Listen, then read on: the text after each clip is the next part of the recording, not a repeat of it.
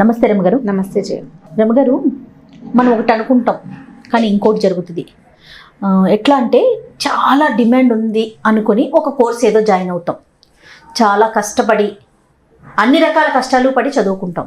తీరా చూస్తే దానికి డిమాండ్ తగ్గిపోతుంది, అంటే సరైన అవకాశాలు రావు. చాలా డిప్రెషన్లోకి వెళ్ళిపోతారండి. ఇంక ఇంతే అయిపోయింది, ఇంకా నేను ఎప్పుడు ఇంతేనా, నేను అంత దురదృష్టవంతున్నా, నేను ఎక్కడికి కాలు పెడితే అక్కడ ఇట్లాగే అయిపోతుందా, రకరకాలుగా మనకి మనమే అనేసుకుంటూ ఉంటాం. ఎట్లా బయటపడాలంటే ఎట్లా, ఇలాంటి సిచ్యువేషన్ ఎలా ఫేస్ చేయాలి? అంటే ఇది అందరికీ జరిగేది, ప్రపంచంలో ఇదే జరుగుతూ ఉంటుంది. ప్రతి విషయం కూడా అంతే.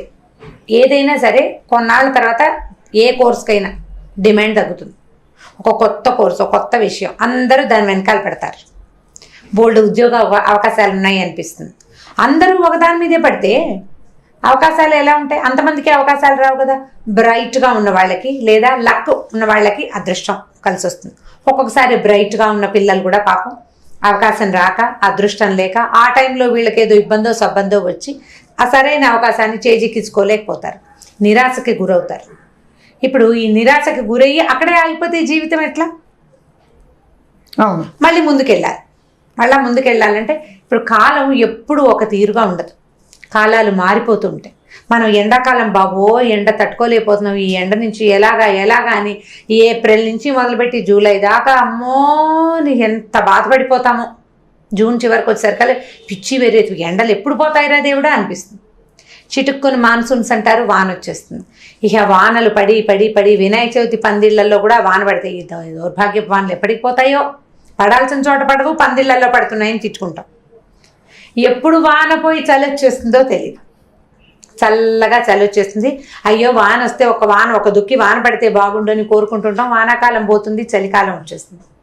చలికాలం ఒక 3-4 నెలలు, మధ్యలో పండగలు, కార్తీక మాసం, ఒక మార్గశిర మాసం, ధనుర్మాసం, సంక్రాంతి పండగ అయ్యేసరికి ఫిబ్రవరి సగబడి పడకుండానే సూర్యుడు తన ప్రతాపాన్ని చూపించడం మొదలు పెడతాడు. ఇక అక్కడి నుంచి మళ్ళీ స్టార్ట్. ఏదైనా నిలబడిందా? ఏదైనా నిలబడుతుందా? 6 ఋతువులు ఉన్నాయి. ఋతువులు నిలబడవు, కాలాలు నిలబడవు, ఏది నిలబడదు. ఎందుకు ఇవాళ ఈరోజు చాలా అత్యద్భుతంగా ఉంది ఈ పూట మంది ఉంటుందా? కొన్ని గంటల్లో ఇది గతంగా మారిపోతుంది. ఎప్పుడు భవిష్యత్తు మీద ఆశతోటే వ్యక్తులు పనిచేయాలి. ఎందుకంటే ప్రతిసారి భవిష్యత్తు మనదే కావచ్చు. ఆ ఆశతోటి నువ్వు పనిచేస్తుంటే ఇది కాకపోతే ఇంకో దానికోసం, దీని తర్వాత ఇంకొకటి. ఈ కాలం మార్పు మీద ఒక చిన్న పిటకథ చెప్తాను చూడండి. ఒక రాజ్యంలోనట బాగా ఎక్కువ చెట్లు, మొక్కలు, అడవులు ఉన్నాయి. బాగా ఇప్పట్లాగా లేదనమాట, కొంచెం సస్యశ్యామలంగా ఉండేది ఆ ప్రాంతం. అయితే రాజుగారికి 4 అబ్బాయిలు ఉన్నాయి. అయితే ఈ రాజుగారి పెద్ద అబ్బాయి ఎవరో ఒక సైనికుడి దగ్గర నుంచి ఇది మనకు సమీపంలో ఉన్న అడవిలో ఎర్ర పువ్వుల చెట్టు చాలా అద్భుతంగా ఉంటుందని, కెంపుల్ లాంటి పువ్వులు పూస్తాయని, ఆ పువ్వులు చూడని వాడి జన్మ, వాడి కళ్ళు వృధా అని విన్నాడు. వాటిని దానంత సౌందర్యవంతమైన చెట్టు, దానంత అందమైన పువ్వు ఇంకొకటి లేదని చెప్పాడు సైనికుడు. ఎర్ర పువ్వుల చెట్టు చూస్తే అదృష్టం కలిసి వస్తుందని ప్రజల నమ్మకం కూడా.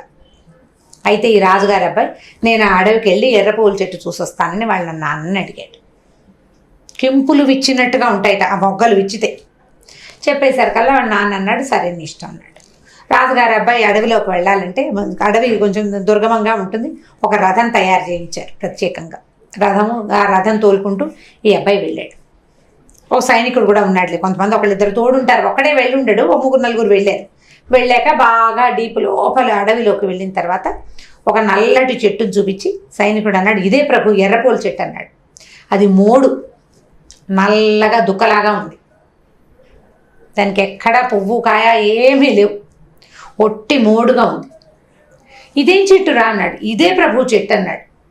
తనకి చాలా ఇష్టం. ఇదేమిటి, ఇదే, దీనికి పూస్తాయి ఆ పువ్వులు పూస్తే మాత్రం ఇంత దుఃఖలాగా, ఇంత నల్లగా, ఇలా పిచ్చిగా ఉన్న చెట్టు, పైగా ఎండకి ఎండిపోయి అంత నెర్రెలు విచ్చినట్టుగా ఉన్న ఈ చెట్టు అందమేమిటి, దీని గురించి వాడెవడో చెప్పటం ఏమిటి, నేను రావటం ఏమిటి, ఈ రథం కూడా తయారు చేయించుకుని ఆయన పని పాట లేనట్టని చిచి అని వెనకొచ్చేసాడు. కొద్ది రోజులు పోయాక ఆ సైనికుడు వంతుల వారీగా చిన్నరాజు గారి దగ్గరకు వచ్చాడు. రెండో కుర్రాడు విన్నాడు. విని ఆ చెట్టును చూసొద్దామని వెళ్ళాడు. వెళ్ళేసరికల్లా అప్పుడే చిగురు పెడుతున్న నల్లటి మొద్దు లాంటి చెట్టు కనపడింది అతనికి. ఈ చెట్టుకి పువ్వులు ఎలా పూస్తాయి? ఇది ఎట్లా ఉంది? ఎండిన మోడు ఇప్పుడే చిగురిస్తుంది, ఎర్ర ఎర్ర చుక్కలాగా చిన్న చిన్నగా ఆకుపచ్చగా పింక్గా చిగుర్లు ఎలా ఉంటాయి? చిగురుస్తున్న చెట్టు, దీనికి ఎర్ర పూలు ఉంటామేమిటి అని చెప్పి అతను కూడా వెనక్కి వచ్చేసాడు. ఇంకొక కొద్ది రోజులు పోయాక మూడో కుర్రాడు వెళ్ళాడు. ఈసారి ఆ నల్లటి చెట్టు నిండా పచ్చగా పెద్ద పెద్ద ఆకులు ఉన్నాయి. ఆకుపచ్చటి చెట్టు, అది నల్ల చెట్టు కాదు, ఆకుపచ్చగా ఉన్నాయి. ఈ ఆకుపచ్చటి ఆకులు ఉండే చెట్టుకి ఎర్ర పువ్వులు ఎట్లా పూస్తాయి? ఆకులు చూస్తే ఇంతంత పెద్ద పెద్ద ఆకులు, దీనికి పువ్వులు పూసే రకంగా కూడా లేదు, ఏదో మొద్దు.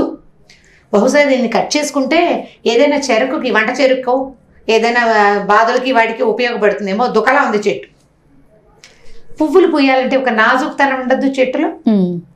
దీనికి ఏది? ఆకులు చూస్తే ఇంతంత ఉన్నాయి. చీచీ అని మూడో అబ్బాయి కూడా వచ్చేసాడు. ఇంకా కొన్నాళ్ళు బాగా గడిచాక ఆఖరి అబ్బాయి కూడా కొంచెం ఉత్సాహవంతుడు. అతను ఓ 3-4 స్నేహితులతో కలిసి వెళ్ళాడు. ఇతను వెళ్ళేసరికి ఆ చెట్టు నిండా ముదురు గులాబీ రంగులో, కెంపుకి దగ్గర రంగులో విరగబూసేసిన ఎర్ర పువ్వులు కనపడ్డాయి. ఇక సంతోషం పట్టలేకపోయాడు. ఆకుపచ్చటి చెట్టు, దాని నిండా ఎర్రటి పువ్వులు, మొగ్గలు, పువ్వులు, అసలు ఎంత కళ్ళకి ఇంపుగా ఉందంటే కన్ను ఆ చెట్టు మీద నుంచి బయటికి రాలేదట. సాయంకాలం చీకటి పడేదాకా ఆ చెట్టు దగ్గరే గడిపాడు అతను. ఇంటికి వచ్చాక రాత్రి భోజనాలకి చాలా ఉత్సాహంగా అందరితో కలిసిపడి, నేను వాళ్ళ ఎర్ర మొగ్గలు పువ్వులు పూసే చెట్టును చూశాను, ఎంత బాగుందో అన్నాడు. అయితే వాళ్ళ నాన్న అన్నాడు, నేను చూశాను, ఒట్టి మొద్దురా, అక్కడ ఏమీ లేదన్నాడు. రెండోవాడు చిగురుంది అంతేగాని దానికి పువ్వులు లేవన్నాడు. మూడో అతను ఆకుపచ్చ చెట్టు రాది, మొగ్గలు ఉంటావేంటి, నువ్వు ఎట్లా చూసావు? ఒకళ్ళలో ఒకళ్ళు బాధించుకున్నారు. కుర్రాడు అన్నాడు, నేను వెళ్ళాను, నాతో పాటు 4 సైనికులు వచ్చారు, మీరు ఎవరినైనా చూడండి, వాళ్ళ కళ్ళల్లో కూడా ఆ ఎరుపు కనబడుతుంది, ఇంకా కంట్లో నుంచి నాకు ఆ ఎరుపు పోలేదంటాడు. మూడోవాడు అంటాడు, పచ్చదనం పోలేదు, చాలా గ్రీన్గా ఉంది, పెద్ద పెద్ద ఆకులు అంటున్నాడు మూడోవాడు. అసలు ఆకా పువ్వా, దాని మొహం దానికి ఏముందిరా, ఒట్టించ మొద్దల్లే ఉంది, ఏమీ లేదు, అంతా నెర్రలు విచ్చిపోయి పగుళ్ళు విచ్చి పెద్ద చెట్టు, వేస్ట్ చెట్టు అంటున్నాడు 4వ పెద్ద అబ్బాయి. వీళ్ళు మాట్లాడుకుంటుంటే భోజనం చేస్తున్న వాళ్ళ నాన్న చెప్పాడు, నాయన ఈ 4 ఒకటే చెట్టురా, కాలాలని బట్టి చెట్ల స్వరూపం ఉంటుంది, జీవితం కూడా అంతే. మోడుగా ఉన్నది జీవితం చిగురిస్తుంది, తర్వాత ఆకులేస్తుంది, చివరి దశ ఏంటి? పువ్వు పూయటమే. మళ్ళీ రిపీట్ అవుతుంది. కొంతకాలం పోయాక పువ్వులు రాలిపోతాయి, ఆకులు రాలిపోతాయి, చెట్టు మోడైపోతుంది. మోడు మళ్ళీ చిగురుస్తుంది, ఆకులు పెడుతుంది, తర్వాత మొగ్గలేసి పువ్వులు విడుస్తుంది. సహజంగా జరిగేది. కాలం మారటం అంత సహజంగా జరుగుతుంది. నువ్వు తొలి దశలోనే దీన్ని చూసి అయ్యో ఇక్కడ ఏమీ లేదు అని నిరాశపడ్డావా, నువ్వు చివరి దశ అయినటువంటి ఆ ఎర్ర పువ్వుల సౌందర్యాన్ని ఆస్వాదించలేవు. మొదటి దశ నుంచి తర్వాత దశకు వెళ్ళటానికి ఒక సమయం ఉంటుంది, ఆ సమయాన్ని నువ్వు ఖచ్చితంగా పాటించాలి, దాని వెనకాల వెయిట్ చేయాలి. దానికోసం నీ సమయం వచ్చేదాకా నువ్వు ఓపికగా వెయిట్ చేయాలి. చీ అని వెనక్కి వచ్చేస్తే, చీ అని పారిపోతే, ఇక్కడ ఏమీ లేదని నిరాశవాదంలో కుంగిపోతే నువ్వు తర్వాత వచ్చే దశ కోసం వెయిట్ చేయాలి కదా మనిషి. తర్వాత దశ కోసం ఎవడైతే వేచి ఉంటాడో వాడు అద్భుతమైన ఫలితాలను అందుకుంటాడు. ఇప్పుడు మనం సత్య నాదేళ్ల గురించి వింటాం. ఆయన ఇక్కడే చదివాడు, ఇక్కడే ఉన్నాడు, ఈ ఊరి నుంచే వెళ్ళాడు. ఇవాళ ఆ దశని 20-25 ఏళ్ల నాడు ఆయన తెలుసుకున్నాడా? తనకు తెలీదు. తన పని తను త్రికరణ శుద్ధిగా చేసుకుంటూ ముందుకెళ్ళాడు. ఇప్పుడు అక్కడ ఉన్నాడు, చెప్పుకుంటున్నాం మనం. పోనీ వాళ్ళ అమ్మ నాన్నకు తెలుసా మా వాడు రేపొద్దున అక్కడెక్కడికో వెళ్తాడని? ఇవాళ ఒలింపిక్స్లో సాధించే చిన్న చిన్న పిల్లలు కూడా పథకాలు సాధించేస్తున్నారు. వాడికి తెలియదు. 6 నెలల నాడు నేను ఈ పథకాన్ని సాధిస్తానని వాడికి తెలియదు. ముందుకెళ్తే తెలుస్తుంది. మధ్యలో ఓడిపోకుండా వీళ్ళంతా ముందుకెళ్ళిపోయారా? ఏం కాదు.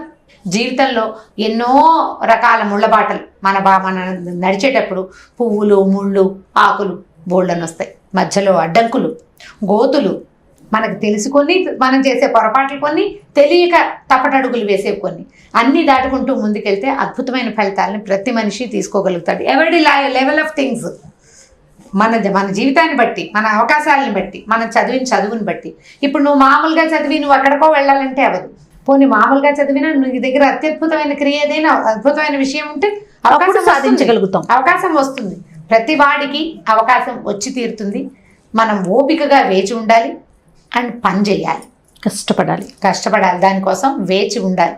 ఊరికే నేను ఇంట్లో కూర్చొని వేచి చూస్తానంటే ఎలా వస్తుంది? నేను ఒకనాడు కింగ్ అవుతానని కూర్చుంటే రాదు. దానికి ప్రయత్నం చేసుకుంటూ ముందుకెళ్తే ఖచ్చితంగా ప్రతివాడు మోడు దశ నుంచి చిగిర్చి పువ్వులు పూసే దశ వరకు ఖచ్చితంగా వెళ్ళగలుగుతారు. ఓపిగ్గా కాలంతో పాటు ప్రయాణం చేయగలగాలి. కథ కంచికి మనం ఇంటికి. బాగుంది రమ్మగారు. నమస్తే జయ. ఇక ఈ వీడియో కనుక మీకు నచ్చినట్లయితే లైక్ చేయండి, షేర్ చేయండి. మరిన్ని వీడియోస్ కోసం మా ఛానల్ సబ్స్క్రైబ్ చేసుకోండి.